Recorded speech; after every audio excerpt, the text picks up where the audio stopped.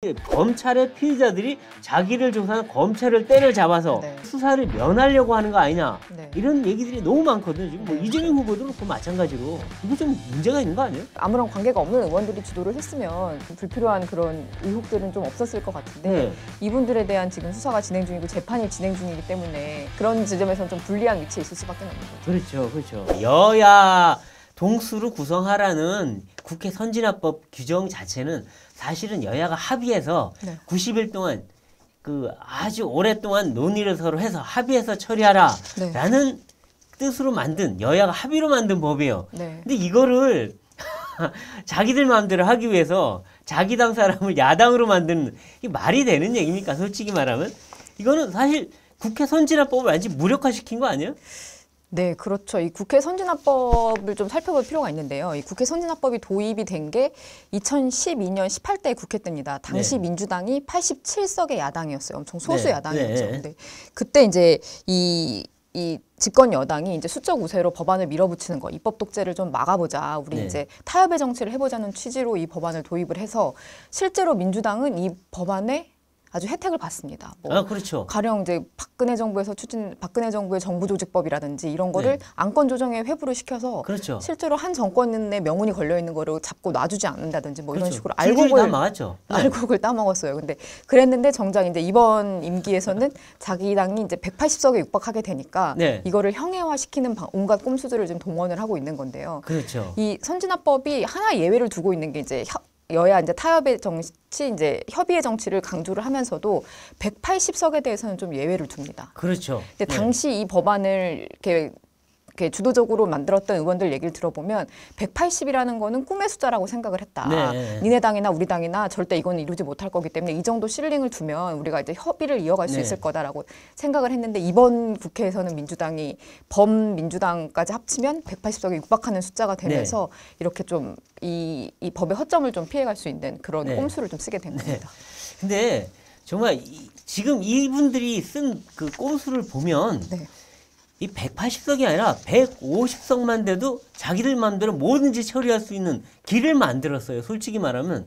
그러니까 이 안건 조정위를 이렇게 무력화시키면은 그냥 무소속 하나 만들어서 안건 조정이 통과하면 돼요. 그럼 상임위 통과하고, 그럼 본회의에서도 필리버스터도 회기 쪼개면 다 막을 수 있고. 네. 그러니까 이거는 180석의 의미가 아예 없어진 거예요. 지금 보니까 네, 네. 자기들이 만든 법을 자기들이 완전히 무력화시킨 건데, 이래놓고도 이게 무슨 민주주의라고 얘기하는 거 보면 이 사람들은 정말 제정신인가 하는 생각이 듭니다. 예? 국민들이 볼 때도 정말 우스운데 자기들 우습지 않은가 봐요, 이게? 그런데 이 회기 쪼개기라든지 이런 꼼수 탈당 같은 경우도 굉장히 공공연하게 얘기를 하고 있거든요. 그러니까 약간 지금 이 검수완박법을 이번 문재인 대통령 임기 내에 통과시켜야 된다. 이거에 지금 그 목표만 보고 네. 지금 달려가고 있는 상황이라서 회기 쪼개기 이런 말을 공공연히 한다는 게 기자들로서도 좀 이런 얘기를 이렇게 해도 되는 건가라는. 그렇죠. 네네. 부끄러운 줄 알아야 되는데 네. 부끄러운 줄도 몰라요. 근데 이렇게까지 이 무리를 해서 국민들의 비난을 자초하고 법 쪽에 모든 시민단체 각계각층이 다 비판하는데 오로지 자기들만의 세계에서 이렇게 밀어붙인 이유는 정말 뭔가 궁금해하는데요. 정말 이게 문재인 지키기, 이재명 지키기 이런 건가요? 그런 측면도 없지 않아 보입니다. 솔직히 민주당은 네. 이 대선 국면에서도 보면 검찰공화국이 될 수 있다 이런 걸 굉장히 큰 아젠다로 내세웠거든요. 네. 그러니까 윤석열 대통령이 되면 검찰공화국으로 갈 것이다. 검찰공화국이 되면 우리가 얼마나 핍박받겠느냐. 네. 그런 거를 그러니까 메인 아이디어로 내세웠던 당이니만큼 네. 이 문제에 있어서는 친문 진영과 친 이재명계 모두 약간 이해관계가 맞아떨어지는 측면도 있는 것 같습니다. 그런데 이게 국민들하고 큰 관계도 제가 볼 때는 없어 보이는데 오로지 자기들 비리가 드러날까 봐 그런 거 아닌가 싶은데 오늘 양양재 의원이 정확하게 얘기했어요. 네. 양심 선언을 했는데 주변에서 주변 여당 의원들이 그러더라. 이거 검수완박 못 막으면 청와대 20명 구속된다. 네. 깜빵 간다. 네. 그다음에 또 다른 의원은 내가 죽는다. 네.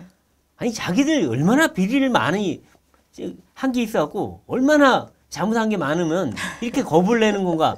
양양재 의원 말이 딱 알려주는 거예요. 지금 자기들 안 걸리려고 하는 거 아니에요? 그래서 국민의힘에서도 지금 양심선언 나왔다. 그게 이제 이 드라이브의 핵심이다라는 그렇죠. 지금 지적들을 하고 있는데 뭐 물론 청와대도 그렇고 민주당도 그렇고 청와대는 특히 윤석열 정부로 넘어가서 현 정권에 대한 수사가 시작되더라도 전혀 거리낄 게 없다라고 주장은 하고 있습니다. 그럼에도 불구하고 지금 문재인 정권도 어쨌든 적폐 수사라는 걸 해봤으니 저희 전 정권 다 집어넣잖아요. 네. 그때 수사받은 사람만 1,000몇백 명이고요. 네. 들어간 사람이 200명에 300명이고요. 네. 전직 대통령 2명, 국정원장 3명에 네. 뭐 장관 2루 말할 수가 없어요. 네. 자기들이 다 집어넣어놓고 자기들은 한 명도 털끝도 건드지 말라 이거 네. 아닌가요? 일단 정권이 바뀌면 이제 검찰들은 알아서 그렇게 할 것이다라는 그런 막연한 의심과 두려움이 자기들이 있는 그랬으니까 거죠. 그런 거죠. 네. 자기들이 그랬으니까 자기들이 잘못해놓은 게 있으니 네. 얼마나 속으로 캥기겠어요. 한마디로 말하면. 아니 그런데 아무리 그래도 그렇지 이 문재인 대통령은 그래도 이게 이 법에 대해서 꼭 찬성이다 아니다 이게 입장을 잘 안 밝히고 있어요. 그러니까 문 대통령이 약간 고민하는 것 같은데 친명계 쪽에서 상당히 적극적으로 하는 것 같아요. 특히 박홍근 원내대표 같은 사람. 그러니까 결국 이 법안의 1차 목표는 이재명 지키기 아닌가 싶어요. 이재명 지사 쪽이 얼마나 잘못한 게 많으면 얼마나 겁나면 이럴까 싶은데요. 대선 과정에서 그런 얘기가 많이 나오긴 했었는데요. 네. 이 이재명 후보 같은 경우는 이제 대선 과정에서 대장동 사건도 워낙 컸고 네. 막판에 이제 나왔던 김혜경 씨의 불법 법인카드 유용 사건 뭐 이런 것들 실제로 이제 경찰 수사도 시작됐기 때문에 이런 게 조금 더 가속화될 수 있다 이런 두려움이 있긴 한데 근데 박홍근 원내대표가 이재명교를 대표한다 이런 주장에 대해서는 또 이재명교에서는 좀 지금 부인은 하고 있습니다. 아니 네. 뭐 부인은 하겠지만 결국 검수완박 법안 처리해서 제일 이득 볼 거는 이재명 아니냐 이런 얘기가 나와요. 왜냐면 자 보세요. 대장동 사건 지금 뭐 계속 진행되다가 수사 중단됐지만 저 파면 언제 뭐가 나올지 몰라요. 정말 네. 어마어마한 게 나올 수 있고 그다음에 권순일 대법관과의 그 그렇죠. 재판 거래 의혹 저거는 국가 사법 체제가 뒤집어질 일이에요. 정말 잘못 나오면은 그다음에 또 변호사비 대납 의혹, 성남 FC 불법 후원금 의혹, 그다음에 법카는 이미 나왔어요. 저거는 사실상 불법이 드러나 있는데 저거 그냥 수사만 하면 바로 기소될 수 있는 사안이라고요. 그러니까 이분은 도대체 그리고 대장동 말고 백현동도 있고 성남에 지금 널려 있는 게 대장동이에요. 그러니까 저거 수사할까봐 아마 전전긍긍하고 있는 것 같아요. 오죽하면 저렇게 맞겠어요. 뭐 이거는 오늘 이거 검수한박하고는 관계는 없지만 아마 들으셨을 것 같은데 아까 오전에 갑자기 뭐 얘기 나오더라고요. 그 뭐 유동규 씨 지금 깜빵에 가 있죠. 근데 유동규 씨가 갑자기 자살을 시도했다라고 변호인이 얘기했더라고요. 이건 뭔 얘기입니까 도대체? 일단 뭐 정권이 바뀌었으니 검찰의 태도가 달라질 거다라는 그런 두려움이 있는 것 같고 유동규 씨는 워낙 그 검찰 수사관 쪽에서도 보면 핸드폰을 던진다든지 좀 이 수사를 좀 피하기 위해 워낙 이제 편법을 많이 써왔기 때문에 그런 압박감이 좀 있는 게 아닐까 이런 생각이 듭니다. 아 근데 지금 보면 그 이재명 후보와 같이 일했거나 그 근처에 있었던 사람들이 의문의 죽음을 엄청 많이 당했어요. 어떤 사람 갑자기 돌연사하고 2명은 자살을 하고 그다음에 지금 이것도 또 자살 시도 얘기가 나오는데 물론 법무부는 부인해서 수면제를 그렇게 다량으로 들어갈 수 없다라고는 했는데 그럼 변호사가 거짓말한 건가? 변호인인데 그러니까 도대체 이재명 후보 주변에 있는 사람들 주변으로는 사신의 그림자가 얼쩡얼쩡거려요. 이게 정말 어쩌다가 이렇게 사람들이 많이 죽어나가는지 정말 겁날 정도인데 이번도 또 가장 중요한 증인이 유동규 씨 아니에요. 네. 또 이분도 뭐 어느 순간 갑자기 비명 행사하는 거 아닌가 그런 걱정이 들어요. 너무 좀 참혹한 얘기라서. 네. 아 그래서 지금 하여튼 이 대장동 문제는 빨리 해결해야 되는데 어쨌든 뭐 이 민주당이 이렇게 붙잡고 아무것도 못하게 하고 있으니 참 모르겠는데 근데 그 지금 민주당 당내 사정으로 한번 다 가보면 민주당에서 내부적으로 처음에는 뭐 의총했을 때 뭐 만장일치로 뭐 찬성했다 그러는데 아니 조홍천 의원이 위원이라고 메시지까지 돌리고 지금 의원들이 다 반발하고 있잖아요. 양양자 의원도 아니라고 그러고 그때 의총에서 만장일치 맞아요? 이거 거짓말한 거 아니에요?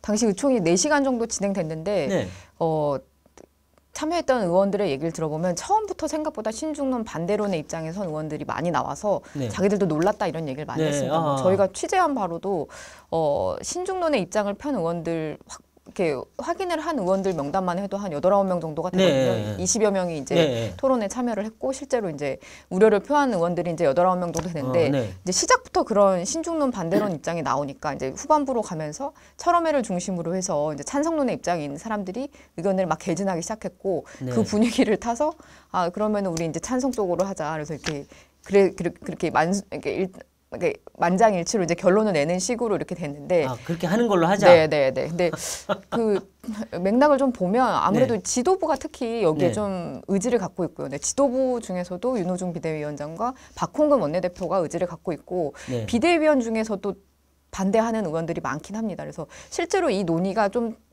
며칠 안 남긴 했지만 좀 네. 진행되다 보면은 네. 좀 그러니까 중재안을 내놓는다든지 조금 더 다시 짚어볼 점이 있다라고 지적을 하는 의원들이 나올 것으로 좀 예상을 됩니다. 네.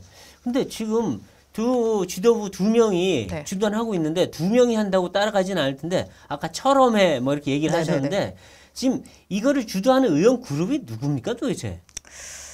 철험회가 이제 강성의 초선 의원들 중심으로 강성초선. 네네 네. 구성이 돼 있는데 뭐 지금 법사위에 들어가 있는 뭐 김용민 의원, 최강욱 의원 이런 분들이 대표적인 인물들이고요. 네.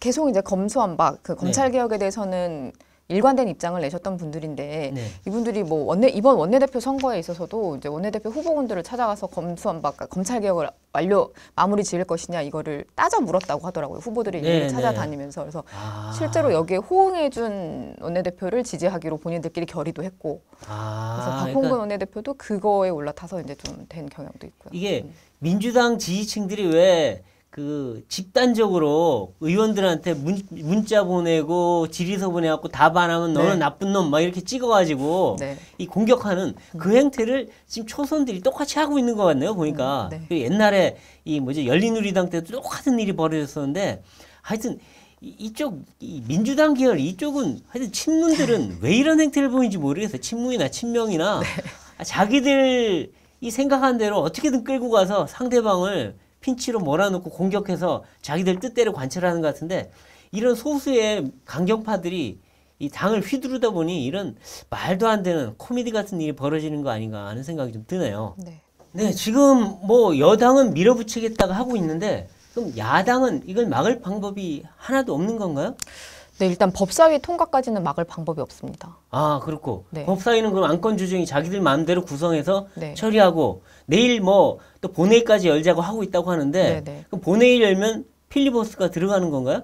네, 일단 국민의힘이 필리버스터를 신청을 할 걸로 보이는데요. 네. 이 필리버스터는 말 그대로 무제한 토론입니다. 네. 이거 끝날 때까지는 끝난 게 아니에요. 네. 쭉 해야 되는데 이 필리버스터를 끝낼 수 있는 방법이 몇 가지 있긴 합니다. 네. 그 중에 하나가 180석이 찬성을 하면 끝낼 수 있는데 네.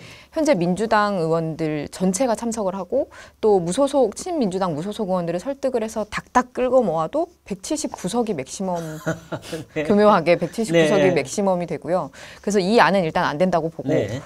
이제 그리고 이제 다음에 쓸 수 있는 카드가 이 회기 종료인데요. 네. 회기가 끝나면 이제 필리버스터 중에 이거를 뭐 1, 2년을 할 수는 없으니까요. 그렇죠. 필리버스터 중에 회기가 끝나면 이제 그 다음 본회의에서 이 해당 안건을 자동으로 부의하게 되어 네. 있습니다. 그래서 그러면 필리버스터 중에 회기가 끝나게 만들겠다. 이게 네. 이제 민주당 작전인데 네. 그 말씀하셨던 회기 쪼개기 살라미 작전이 됩니다. 그 회기를 쪼개려면 국회의장이 쪼개줘야 되죠. 네, 도와줘야 되는 네. 거죠. 그럼 박병석 국회의장은 어떤 입장인가요? 박병석 국회의장이 사실 다음 주부터 원래 23일에 이제 출국 예정이었는데요. 그렇죠. 그러니까 미국 캐나다 출장 예정이었는데 그래서 이거 안 하고 도망가려는 거 아니냐 뭐 이렇게 이런 얘기들도 그렇죠. 나오곤 네. 했었는데 박병석 의장이 일단 이 일정을 취소했습니다. 그래서 본인이 끝까지 의사봉 쥐겠다라는 의사를 밝힌 건데요. 그렇죠. 그러면 회피는 아닌데. 네. 근데 의사봉을 쥐고 쪼개주느냐 안 네. 쪼개주느냐인데 어느 쪽입니까 도대체? 민주당을 돕겠다라든지 이걸 저지하겠다든지 그런 표현을 일절 안 일단 안 하고 하고. 있긴 한데요. 네. 근데 박병석 의장은 본인이 이제 국회의장 시절의 일을 돌아보면 이제 네. 여야의 합의 정신, 합의해와라 계속 이런 네. 중재를 주문해 왔기 때문에 네. 일단은 그런 스탠스를 좀 취할 것으로 보입니다. 작년 8월에 있었던 언론중재법 때도 네. 이 박병석 의장이 끝까지 그러니까 본회의 목전에 와 있는 언론중재법을 네. 상정을 시켜주지 않아서 네. 결국 이게 불발됐었거든요. 그래서 아. 당시 이제 모 민주당 의원이 이제 욕설을 의미하는 그런 글을 남기기도 하고 그러니까 내부적으로도 친정인 네. 민주당에서도 이제 공격을 받았던 측면이 있어서 네. 국민의힘은 약간 아직 그런 부분에 기대를 걸고 있긴 합니다. 근데 또 박병석 의장이 처리해 준 것도 많아요. 네, 그렇죠. 그래서 지금 어느 쪽으로 갈지 모르겠는데, 네. 근데 뭐 처리를 안 해주면 이제 그걸로 상황 종료인데, 네, 네. 처리를 해줬을 경우에 그 다음에 이제 문제가 또 이 문 대통령의 거부권 행사인데, 네, 네. 문 대통령은 또 애매하게 얘기했어요. 이분도 네. 애매해요. 지금 뭐 도대체 검찰을 뭐 공정성을 의심받는다고 했다가 국회가 또 국민들 생각에서 하라 그랬다가 이분은 도대체 어느 쪽입니까 또?